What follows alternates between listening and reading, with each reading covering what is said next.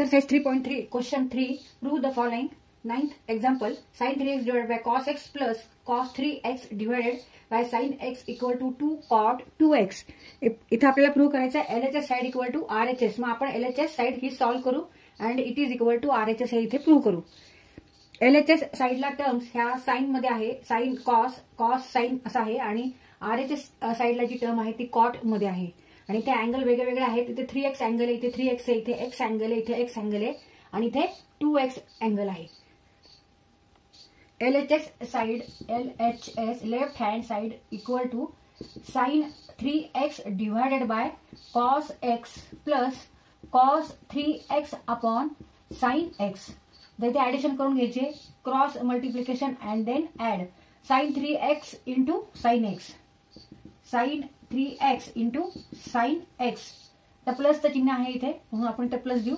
Cos x into cos 3x, cos 3x into cos x divided by cos x into sine x, cos x into sine x.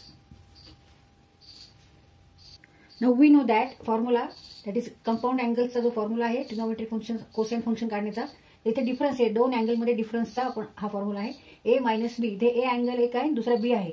तो cos A minus B equal to cos A cos B plus sine A sine B. हा formula समजायचा आहे, याला आपण सूत्र समजतो. आता इथे बघा साइन 3x आणि sine x plus cos 3x cos x, cos 3x into cos x plus sign 3x into sine x. फक्त ही टर्म आपण इकडे घेतली आणि ही टर्म इथे लिहिली. मग इथे दोन अँगल्स आहेत 3x आणि x आणि ह्या फॉर्म्युला सारखं हे आहे. म्हणजे इथे काय येणार आहे, cos A minus B, here A is 3x and B is x.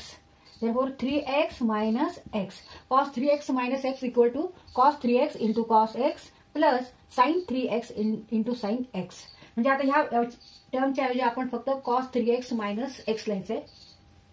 cos 3x minus x divided by cos x into sin x.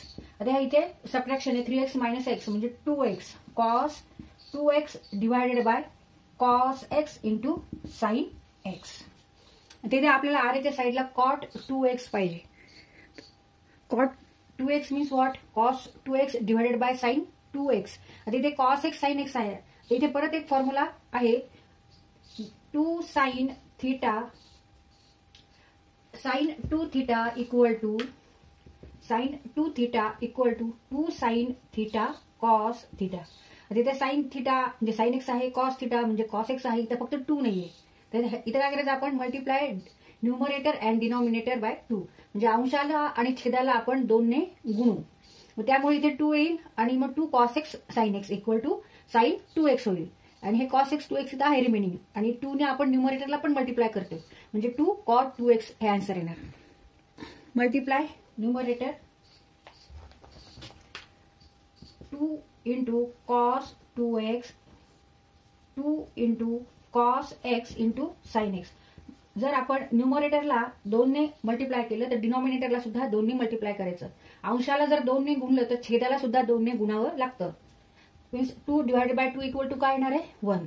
त्याच्यामुळे आपल्याला असं मल्टिप्लाय करावं लागतं. अंशाला जर मल्टिप्लाय केलं तर छेदाला सुद्धा मल्टिप्लाय करावं लागतं. मग 2 cos 2x divided by 2 cos x into sine x means sine 2x, sine 2x and cos 2x divided by sin x, cos 2x upon sin 2x equal to cot 2x, 2 cot 2x and it is equal to RHS side. Therefore LHS equal to RHS.